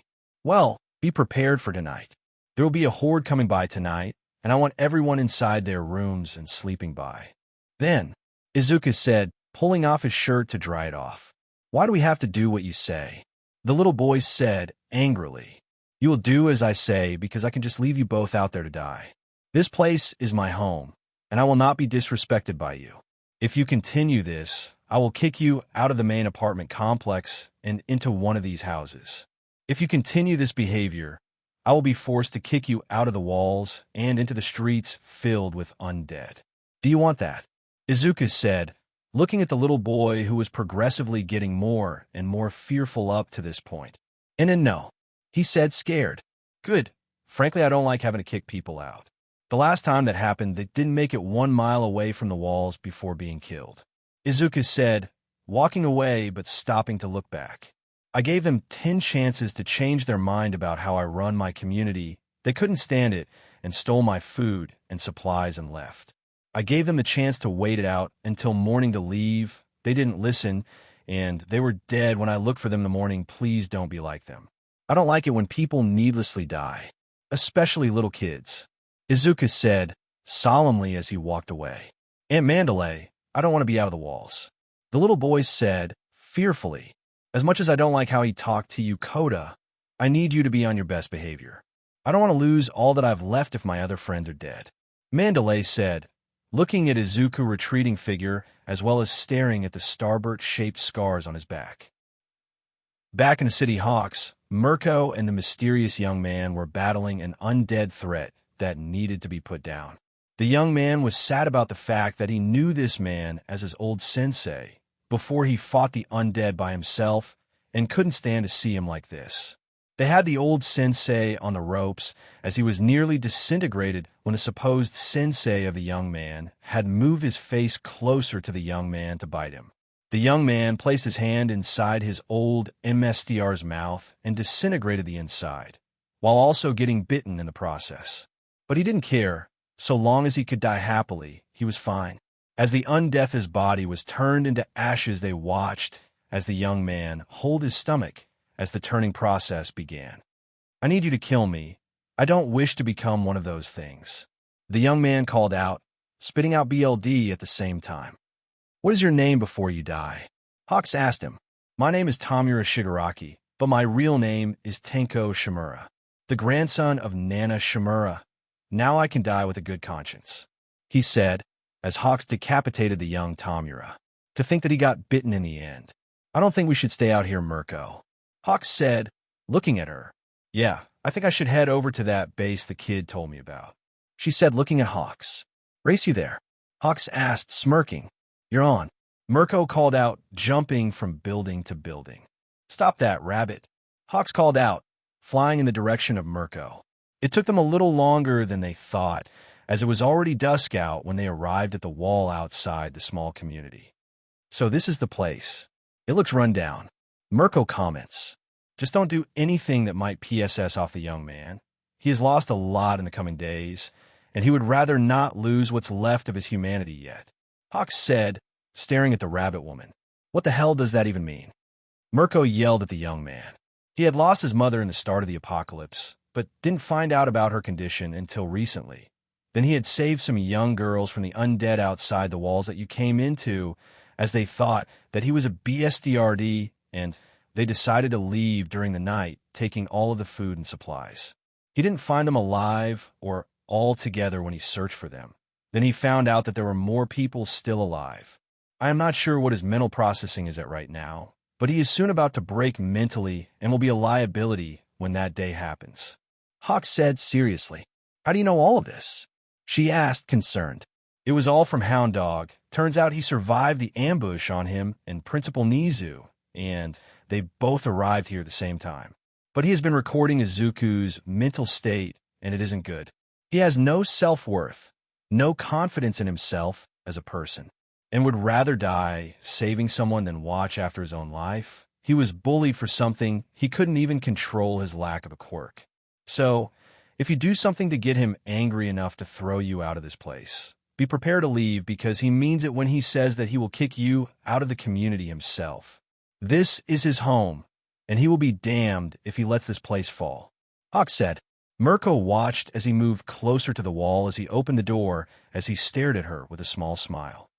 Welcome Rumi Usajima to Little Mizudafu, home of Izuku Midoriya, Hawk said, cheekily getting the woman to laugh. On the outskirts of the Mizudafu prefecture over the ocean, we find a familiar prison being assaulted by the undead. The prison guards are fighting the undead with guns as well as swords and shields as they are killing the undead as fast as they appear. We can't let this place fall. If it falls, all of the Japanese villains that were placed here will escape. One of the guards called out.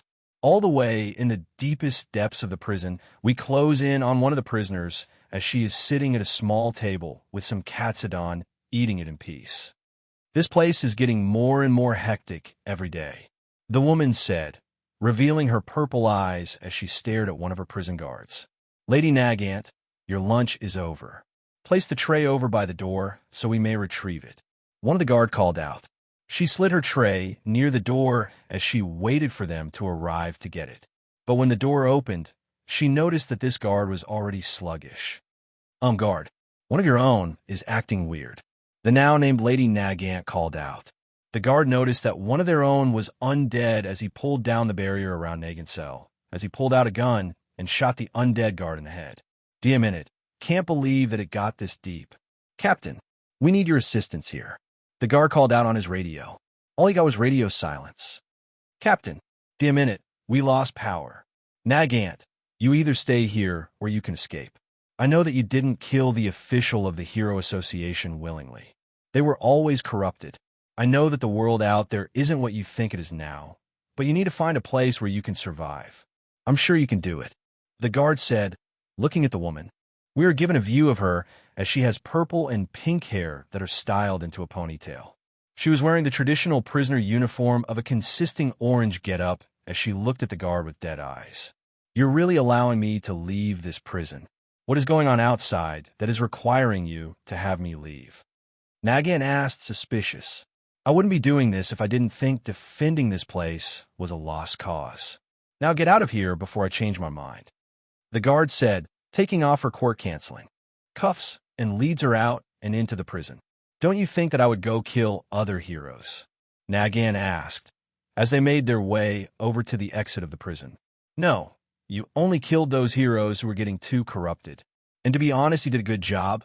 Not many people are true heroes anymore. I just hope you last long enough to find one yourself. The guard said, as he held his hip. Nagant noticed him leaning on his left side, more as he was coughing in pain more often than not. She realized that his face was becoming more and more pale as she realized his true meaning of him telling her to leave. He was making sure that he doesn't kill her himself by eating her alive or something. She saw the newscast about undead people eating others and turning them into more of them. They made it to the exit of the prison as there was a boat sitting at the docks as the guard gave her the key to it. I'm going to head back in and fight the remaining members of the prison guards. I need to make sure that I don't turn into one of those things as well, the guard said, walking back into the prison.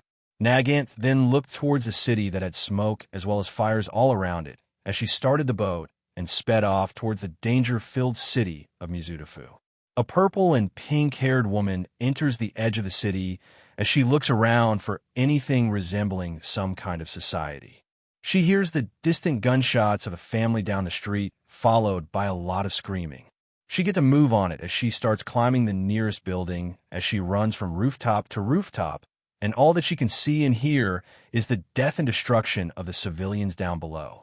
She even hears those who are fighting back against the dead and managing to push them back. They were led by a young man with red hair that was spiked up as he was searching for someone or something. Next to him was someone who she thought she never thought she would see ever again. It was Hawks, and he was seemingly helping this red-haired individual as he was fighting the undead all by himself. As the woman was moving away, she heard other people looting the nearby corner stores as she saw a man wearing all black attire as well as having a capture gear on his shoulders, and she knew who he was immediately. What is Eraserhead doing here? I thought he was still at Yui. Did it get overthrown? The woman asked lowly, but as she got a closer look, she noticed that he was stealing food and supplies with Hawks. She didn't know what was going on, but they might need her help. As she took aim at one of the undead, she didn't know that they were dead. She gunned the person down in the shoulder. But what she wasn't prepared for was that Hawks moved over and slammed his feather blade down into the person's head. What the hell? I know I taught him to go for the kill when needed, but that is a bit excessive, the woman thought to herself. Unknown to her, one of the undead had noticed her location and moved to take her by surprise, and it was just pure luck that a young man with green hair was inside the building at the time and noticed it coming up the stairs. Thinking nothing of it, he moved over and killed it without even knowing he saved the life of someone on top of his building. Why did he not think that someone was on the building with him, you may ask? Well, he is a little deaf since the beginning, as well as the explosions that his ex-best friend had used on him, as well as Mei's explosions in the basement that happened when he was near. The woman then decided that she spent enough time there, as she jumped away looking for some semblance to society and left the others to themselves. Izuku was not having a good day. He had to fight a horde of undead by himself since the others didn't want to risk getting bitten by the undead and have the undead use their quirks against him. Then he was hit with an explosion by Mei on accident, which pushed him into a panic attack that was stopped by Aizawa, since he was the husband of Present Mike of all people. Now that he was inside the situation, he was seriously thinking that God had it out for him this entire day. Because as of right now, he was standing in front of a mall that was surrounded by the undead from all sides, and he was all alone. Sure, he could easily get in and out without needing to risk his life since they don't go for him. But then what about the potential enemies inside the place, since he couldn't be understood by those inside?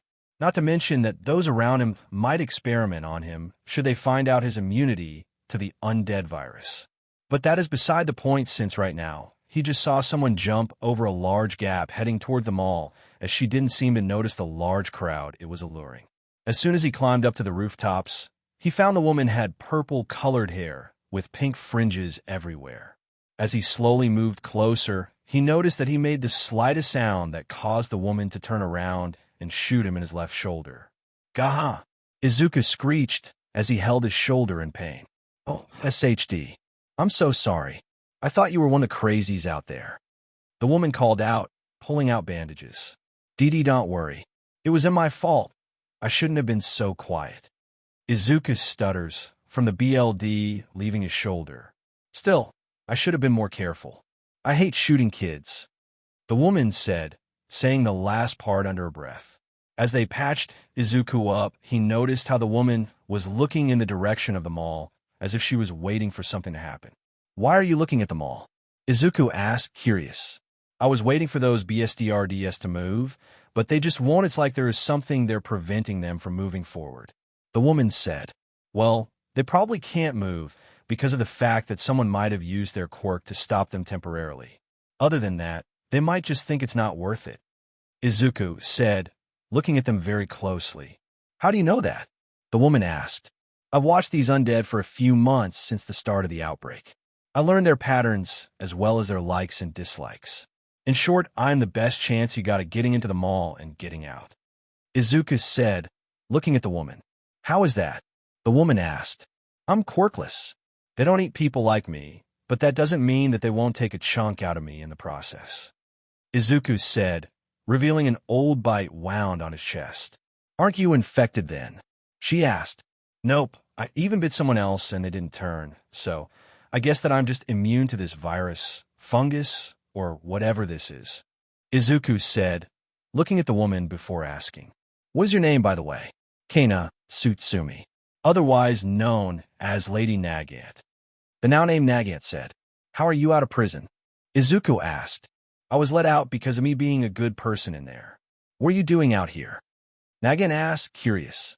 I was going to see where the best point of entry of this place is since there might be people inside the mall already. But we might as well enter through the sewers. It's the best chance we got at entering the place from below. It might already be filled with undead. But it is worth a shot. Now the undead can smell you based on your quirk. So can you tell me if you have a quirk? Izuku asked. I call it rifle.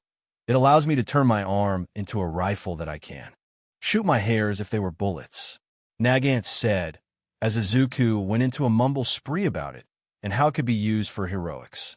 Snapping himself out of his mumble spree, he looked over at the mall and looked back at Kana as she stared at him. Well, could you please use my shirt as a bandana? It will mask your scent to the undead and will make sure that you won't get bitten by them. Izuku said, staring into her purple eyes. As Kana moved the shirt out of Izuku's hand and onto her face, she noticed that he smelled like cinnamon rolls as she moved the shirt closer to her mouth subconsciously. As he looked at her, he saw that she was looking at him with a serious expression, and they moved out to find the manhole cover in order to travel by sewers. Over to the mall. Izuku and Kana, after taking a few turns as well as wrong turns into the undead hordes in the sewers, made it into the mall as they caught their breath. I thought you said that it would mask my scent. Kana scolded. It does. The sewer smell just covered it. I should have just told you to cover yourself in their guts in order to hide amongst them. Izuku muttered. Place their guts all over myself. Kana asked, bewildered. It works. Just don't expect it to work all the way when it rains.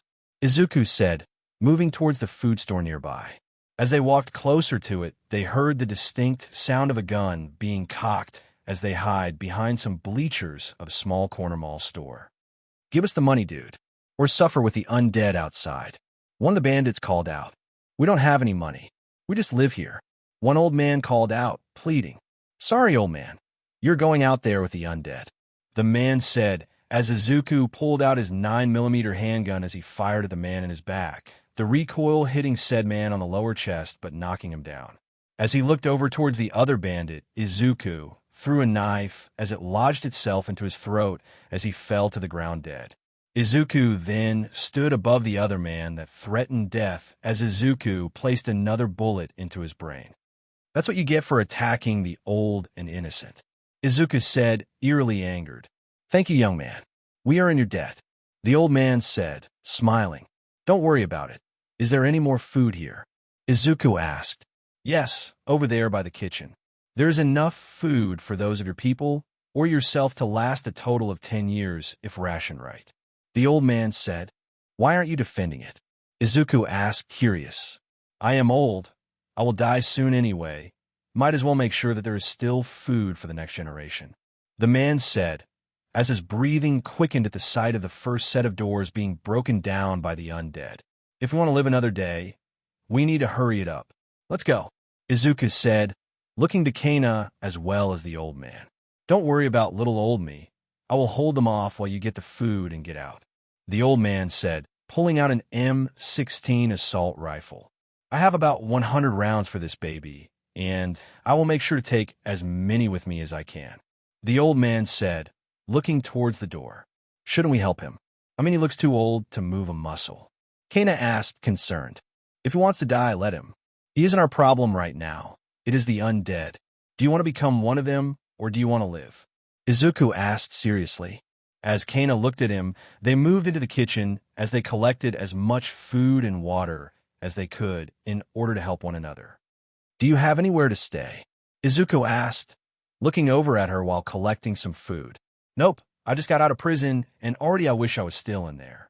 Kana said, collecting some cinnamon rolls, ironically. We don't have to collect all of it.